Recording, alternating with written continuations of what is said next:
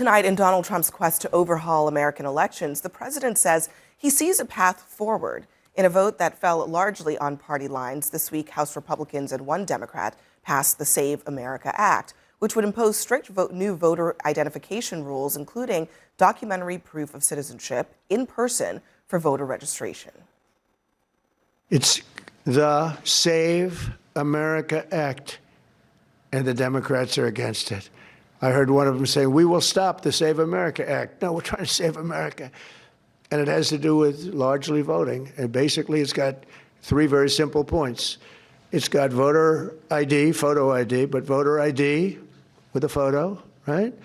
It's got the confirmation of U.S. citizenship. And then you have no mail-in ballots.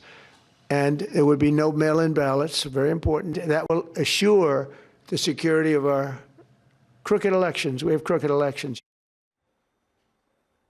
And just to be clear, the SAVE Act does not include a ban on mail-in ballots, despite what the president just said there in that clip. But the other part of it has been more controversial. It's not just a voter ID bill or law that they would like to pass. It's also something that would require you to show up in person with some proof of your citizenship. And no, your real ID wouldn't count. No, you could not just show up with your driver's license. You would have to bring your passport or your birth certificate. So that's what's made this controversial. And I think it's a real question, a debate to have in this country about whether that is even necessary, Joe. Yeah, it's great to have a debate, but we have to remember that 80% of the people have a general understanding about what voter ID is. They have an understanding that, voter ID at some form is in about 25 states. I personally am sick of sort of the circles that we always run, where Republicans are saying, this many cases of voter fraud have happened. Democrats will say, well, that's not indicative of, massive voter fraud. I want to hear where in those 23 or 24, 25 states that have voter ID laws in place already, where people are required to show an ID, where is the massive studies of people being disenfranchised? In fact, it's the opposite is true. You remember, I think it was 2021, the MLB All-Star Game pulled out of Georgia because Georgia was implementing voter ID and it was going to disenfranchise voters. The number of gubernatorial voters went from the year before 1.1 million to 1.9. Bakari, your state, I looked it up. South Carolina, because I know they're a voter ID state. They went from 56% voter turnout in the presidential year in 2012 to 61% in 2020 and then like 65% in 2024. Those are more people voting in states that have passed voter ID laws. So this is why I think the majority of Americans reasonably can look at it and say this is a good thing. You just wasted about 3 minutes and we're not talking about voter ID. So the fundamental thing of the SAVE Act is requiring proof of who you are. That's two different things. So voter ID means that you have to have a driver's license or the real ID that you use. Yep. That doesn't count under the SAVE Act. So the SAVE Act, I just want to tell you so the viewers understand, means that you have to have proof of citizenship. You also can't do those things online. So 42 states out of the 50, since we're not quoting numbers of states, their entire online voter registration systems are going to be tossed out the window. That's going to cost states like South Carolina money. The other thing is there are 52% of Americans that are registered to vote right now literally do not have access to an unexpired passport. That's important. 11% of registered voters right now don't have access to proof of citizenship. That's important. Now, we're just talking about people, black, white, and otherwise, poor folk, whatever, in that number. If you want to talk about the discriminatory effect, we're talking about poor people who don't have access to those things, to be able to get to the DMV, to be able to get to places where you can get a passport. Our government expects a lot of us. Every single year, every single person is expected to file their taxes, something that is very complicated. You can do it online. Have to outsource. During COVID, but you can do it online. People had to go and get a vaccine in person. I went twice. I had to carry my little card around. What does that have to do with voting? I had to carry my little card around. No, we're way off track on this. No, we're not. The government expects a lot of things of people for taxes. Can I just explain to you the difference? Can I tell you the difference?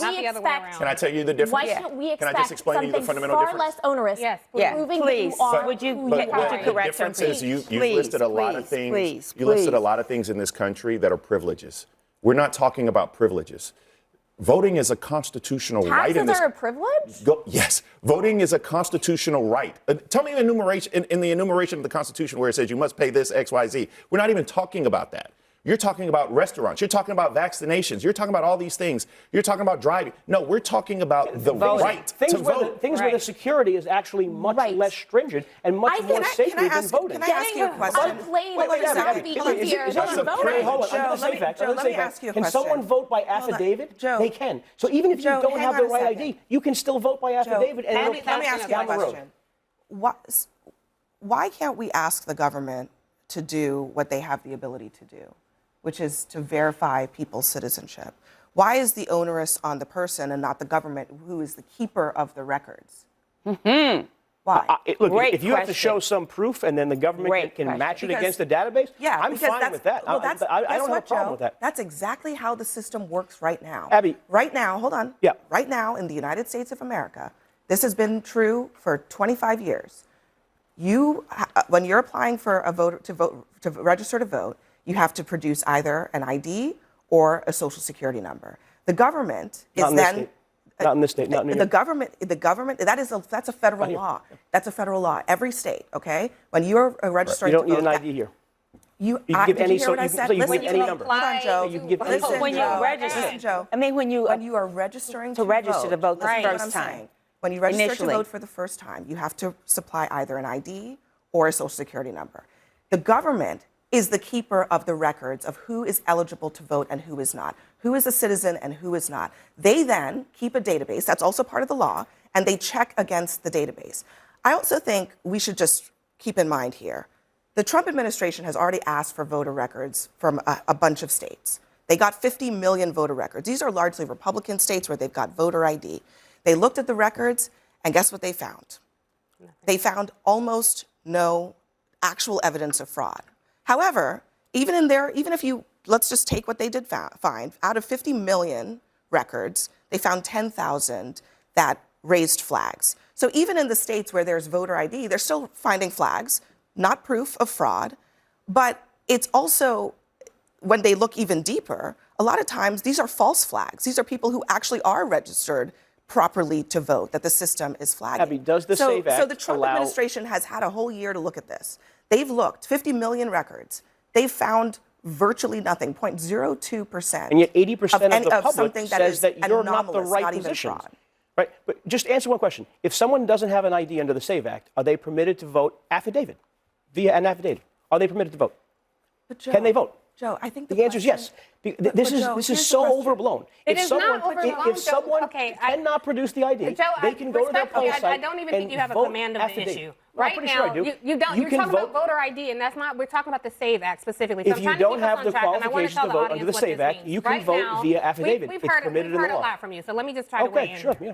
Go ahead. Less than half of the American people have what it would take to comply with that's the a problem. SAVE We gotta figure that That out. is a Yeah. huge problem, exactly. So, and you think about married women, like we were talking about during the break, who if they change their last name when they get Democrats married, couldn't even that's going to define be. what a Let me woman finish my point. was. Let me have the I'm professional. glad to hear their concern. Now we're talking about this is ridiculous. Let me have the professional courtesy to finish my point. Stay on the point. Yeah, Thank you. please. Thank you. Anyway, this is a problem that is in search, or a solution that's in search of a problem. There is not some outpouring of undocumented immigrants trying to vote, and that's what this is all about. If more than half the people do not have the documents to support this act, it is clearly an intimidation tactic. We heard from Donald Trump talking about nationalizing elections. We've heard from Steve Bannon, who went to prison, Trump's advisor, saying they're going to have ICE patrols at election points. All of this is meant to limit the amount of people to vote. To Abby's point, if you wanted to ensure every American could vote, then the government, who we should expect things from our government, Tiffany, not about what the government this is the same expects argument from us, that people then the made about government voter ID laws in all of the approve states. people to Just vote tell at me the which age of state 18 had or less when votes. they're naturalized. If you want to encourage more people to vote, Tiffany, that's how you do it. this is the same argument. This is the same argument that people used in every one of the 20-something states that have voter ID. Just tell me which state implemented some form of voter ID, voter registration rules. And we still don't know. and We had still don't know less why they were voters messing with as a Fulton result. County. There is not voter one records. of those. It goes right back to what Abby was just talking about. If they have researched all of this and they have found minimal pieces, Less than most of these. the minimus is the legal word. Right. And so my point is that if this is really a pretext to suppress voting, then everybody at this table should be concerned about that. You're making that because up. of democracy. No, I'm not. 80% No, of I am not. America is on my side. Oh, no. Not I don't know what that often 80% you're talking Not that about. often that happens at this table, but this time 80% of America is on the side of their voter suppression. Democracy depends on people voting. 83. Joe is right. 83% of Americans, according to a Gallup poll, this was back in October, say that they agree that Americans should be required to provide proof of citizenship. We're going to continue this conversation after the break, but I think it's worth noting that the how and why of that, right, matters, right? How do you provide the records? That's what's at issue here with the SAVE Act. We'll be right back after a quick break.